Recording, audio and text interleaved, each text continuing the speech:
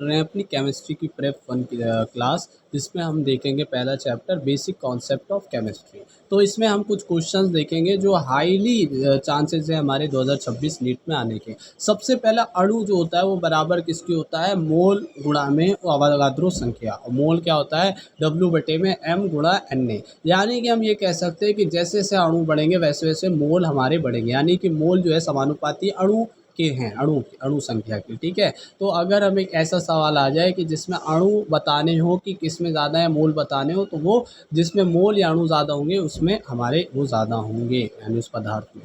जिस पहला सवाल है कि किसमें विलयन की सांद्रता ताप के साथ परिवर्तित नहीं होती है। तो किसमें ताप के साथ परिवर्तित नहीं होती है, हमारी मोललता में, क्योंकि मोललता क्या होता है, मोल बटे में विलायक का भार होता है। ठीक है, तो ये ताप पर निर्भर नहीं करता है। तुल्यांकी भार क्या होता है हमारा, तुल्यांकी भार मोलर भार बटे में एन फैक्टर। ठीक है, एन फैक्टर क्या है, ये ऑक्सीडेशन स्टेट फाइनल माइनस में इनिशियल ऑक्सीडेशन स्टेट होती है, क्या हमारी एन फैक्टर। ठीक है ना। अब जैसे MnSO4 है, ठीक है, इसका एन फैक्टर बताओ। इसका एन फैक्टर हम कैसे निकालेंगे, नहीं इसका एन फैक्टर बोल लो, हाँ इसके तुल्यांकी भार बताओ क्या होगा। तो इसमें देखो भाई क्या हो रहा है कि सबसे पहले ये Mn क्या होता है, +2 होता है, SO4 -2 होता है, तो ये इसका एन फैक्टर क्या है, 2 हो जाएगा। अब इसका अणु भार कितना होगा, अणु भार MnSO4 का होता है हमारा क्या कितना होता है, तुल्यांकी भार ये हो गया। अच्छा, इसमें ये बताना है कि इसके अणु भार का आधा किसका होगा। अच्छा, तो ये है MnSO4 में निम्न में परिवर्तन पर इसका तुल्यांकी भार इसके अणु भार का आधा रह जाता है। तो बताओ कौन से इसमें दोनों में से सूत्र में Mn2O3 में या MnO2 में। ठीक है, यानी कि तुल्यांकी भार ये क्या कह रहा है कि जो हमारा MnSO4 है ना उसका बाय 2 है। ठीक है, यानी तुल्यांकी भार का बाय 2 है, यानी यहाँ पर एन फैक्टर क्या दे रखा है, उसका जो भार है M बटे में 2 दे रखा है। तो इसको कह रहा है कि एन फैक्टर क्या होता है, परिवर्तन होता है। तो फाइनल ऑक्सीडेशन स्टेट क्या हो जाएगी इसकी, इनिशियल जो हो जाएगी वो प्लस में हो जाएगी हमारी एन फैक्टर के साथ, तो वो बन जाएगा हमारा 4, यानी 4 का अंतर होना चाहिए। तो इनमें से हम देखेंगे कि 4 ऑक्सीडेशन स्टेट किसकी है, तो वही हमारा क्या हो जाएगा, इसका आधा हो जाएगा, यानी कि तुल्यांकी भार। ठीक है, तो वो हमारी MnO2 की निकलेगी। x माइनस का 2 मल्टीप्लाई बाय -2 से करेंगे तो माइनस का 4 हो जाएगा, तो ये हमारी +4 इसमें होगी। ठीक है, तो ये हमारा क्वेश्चन ऐसा बन सकता है जिसमें हम आधा ऐसी तुल्यांकी भार करके इसका आंसर निकालते हैं। H+ क्या है, अम्ल होता है, और OH- क्या होता है, क्षार होता है। अब ये चीज़ ध्यान रखना, एन फैक्टर जो होता है वो हमारा उसके साथ होता है जो H+ आयन देते हैं। ठीक है ना, H+ आयन कौन नहीं देता है, जो कि हमारा क्या बना लेता है, लुईस जो बंध है वो कंप्लीट, यानी कि एक तरह से बिना अंतर के बना लेता है। ठीक है, जिसमें O और H के साथ बॉन्ड बनेगा, ठीक है, वो हमारा क्या होता है, वही हमारे एन फैक्टर गिने जाते हैं। ठीक है, जैसे H3PO3 है, उसको जब हम बॉन्ड बनाते हैं, उसका स्ट्रक्चर बनाते हैं, तो हमारा O के साथ जो H जुड़ रहे हैं वो हमारे OH जो है वो क्षार रखता है, और वही हमारे एन फैक्टर है। इसमें कितने एन फैक्टर है, 2 है, तो ये डाई बेसिक अम्ल है। और इसका जब हम क्या निकालेंगे, नॉर्मलता निकालेंगे, तो वो हमारी क्या हो जाएगी, H3PO3 की वो नॉर्मलता होती है मोलरता गुणा में एन फैक्टर। मोलरता यहाँ पर दे रखी 0.3, तो गुणा हम कर देंगे 2 से, तो हमारी नॉर्मलता आ जाएगी। उदासीनीकरण क्या होता है, उदासीनीकरण जब हम किसी अणु का किसी उसमें रिएक्शन में निकालते हैं, तो उसमें क्या कर देते हैं, जो उसकी नॉर्मलता है गुणा में उसका जो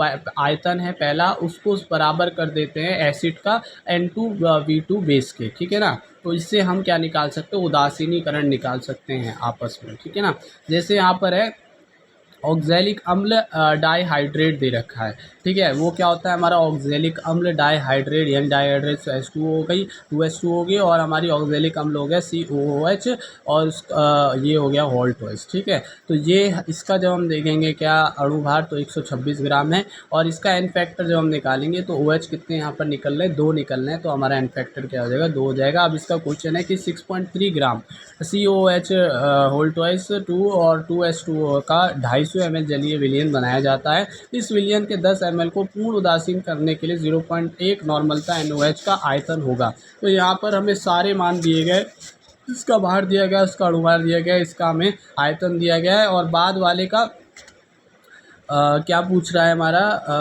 जब 10 ml पूर्ण करने के लिए है ना, उदासीन करने के लिए, तो हम बाद में क्या लगा देंगे, हमारा क्या लगा, बाद में 10 ml लगा देंगे पूर्ण उदासीन करने के लिए। और NaOH का क्या दे रखे, नॉर्मल था। तो हमें क्या पूछा, आयतन पूछ रहा है V2 का, ठीक है। तो हम इस दोनों को बराबर कर देंगे किसके साथ, N1V1 बराबर N2V2 के साथ। तो हमारा यहाँ पर आंसर आराम से आ जाएगा, ठीक है। अगर हम नॉर्मलता निकालें तो हम m गुणा में n करके, n फैक्टर करके निकाल सकते हैं, ठीक है। और यहाँ पर जब हम 250 ml लेंगे तो वो किसके लिए होगा, पहले वाले के विलयन के लिए होगा, मोलरता के लिए। और जो इसका V1 लेंगे वो हमारा 10 ml होगा, जो कि उदासीनीकरण में है।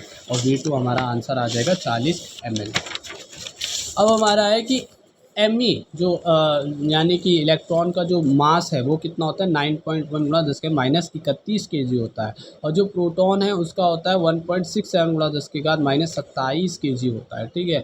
और यहाँ पर अब सवाल है कि 1 किलोग्राम इलेक्ट्रॉन के मोलों की संख्या क्या होगी। तो 1 kg में कितने इलेक्ट्रॉन के मोलों की संख्या होगी, तो संख्या 1 kg में निकालने के लिए देखो, कुल मोलों की जो वेट है वो कितना हो जाएगा, वो हम डायरेक्टली गुणा कर देंगे आपस में उसके किलोग्राम भार से, और उसकी जो हमारी क्या है मोल है ना, 1 मोल्स के साथ। तो ये हो जाएगा हमारा कुल वेट, है ना, कि इतने मोल में इतने। अब 1 kg के लिए हम क्या कर देंगे, डिवाइड कर देंगे इन दोनों का। तो हमारा आंसर है 1.9.1 गुणा 6 और गुणा 10⁸ हो जाएगा। अब यहाँ पर फिर से वही आ गया कि अणु भार बराबर किसके होते हैं, मोल गुणा में n के होते हैं। तो जिसके मोल ज़्यादा होंगे इसके n ज़्यादा होंगे।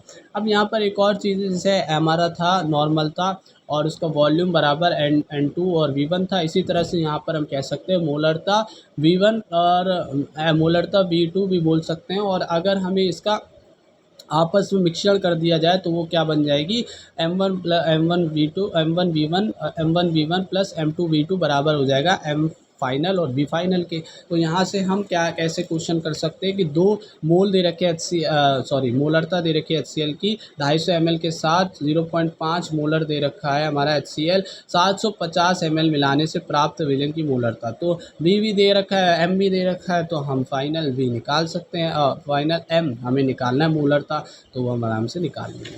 अब N क्या है, कुल भार बटे में कुल अणु भार। अगर हमें किसी का भी मोल ज्ञात करना है ना, जैसे कि मान लो H2O है, उसमें हमें मोल पूछ रहा है, उसका H2O का भार दे रखा है। अब भार का अणु भार से क्या कर दो, डिवाइड कर दो। और H2O है, H का निकालना है तो उसका बाद में 2 से गुणा कर दो, तो हमारा इसका मोल निकल आएगा हमारा H का, ठीक है ना, H का निकल आएगा। और अगर हमें CO2 में कार्बन का निकालना है, तो अगर CO2 का कुल भार दे रखा है वो लिख दो और उसके अणु भार से डिवाइड कर दो, C एक ही है, तो हमारा आराम से मोल ऐसे निकल आएगा। तो ये किस तरह के सवालों में यूज़ होगा, देखो, एक गैसीय हाइड्रोकार्बन दहन पर 0.72 ग्राम जल और 3.08 ग्राम CO2 देता है।